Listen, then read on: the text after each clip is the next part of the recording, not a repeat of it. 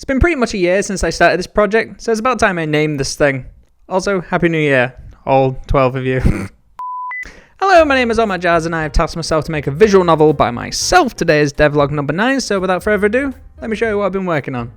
So, in the last devlog we worked upon the UI design, and we essentially created what will eventually become the first screenshot of the video game. And in this episode we're going to be naming the thing, and we're also going to be creating the logo for it as well. So here's the long list of names that I originally had in mind. The ones that you see highlighted are the ones that I kind of potentially thought was going to be the name of the game. So you've got like Nocturne Noodles because it happens at night. Feline and Dime was also one that I kind of considered for a long while. Whiskers and Whispers I thought was a really good one considering it's about cats talking. And eventually I've settled upon this one, the Noodle Nook. Mainly because the setting for this game is in a noodle ramen store basically in a back alley street, or a nook. And with the two ends for the noodle and nook, I really liked the idea of it. So with the game initially named, it's time to gather some reference. Now the references I used, I basically found games that are very similar to mine. The similar vibe, the cozy style of vibe.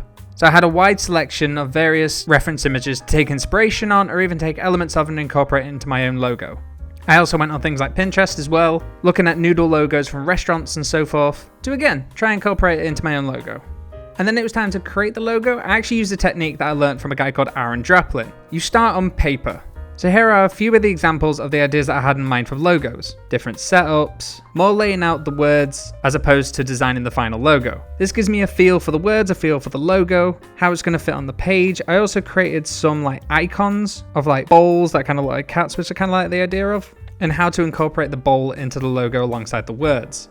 And then with that, it was time to bring it into Affinity Designer, which is my design program of choice. And again, using Aaron Draplin's technique, every time you basically make a simple edit to it, you copy and paste it elsewhere. So you're basically working along a timeline. This means along the timeline, certain design things can branch off, and you can also be like, oh, well, this worked here, branch off, see if how that works, continue along the main timeline, oh, that worked as well, tinker on that a bit there. And then when you pull out at the end, you basically got all these different variations of the logo that you can take bits from and eventually settle upon the final logo.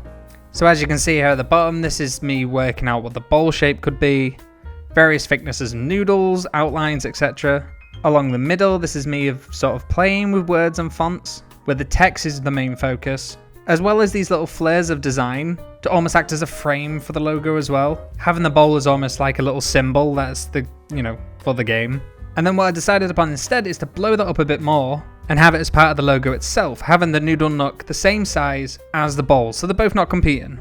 I also tried out things with the noodles falling out of the bowl, with them being straight, with them being curly, and different fonts and different setups as well. I also tried the idea of having sparkles around it as well, and I mentioned this in the last devlog. I used this font here, which I also incorporated into the UI design. I also added this sort of steam trail behind it. That was something that I took off Vecteezy. Now Vecteezy is something that I've used a fair bit, and it's basically like a library of like vectors essentially. There's several websites like this, but I basically took the steam shape and added it to the back of the background, added a slight variant to it as well, so it looks like it's kind of dissipating and disappearing at the top, so it's not so harsh. And after all said and done, I eventually settled on something like this.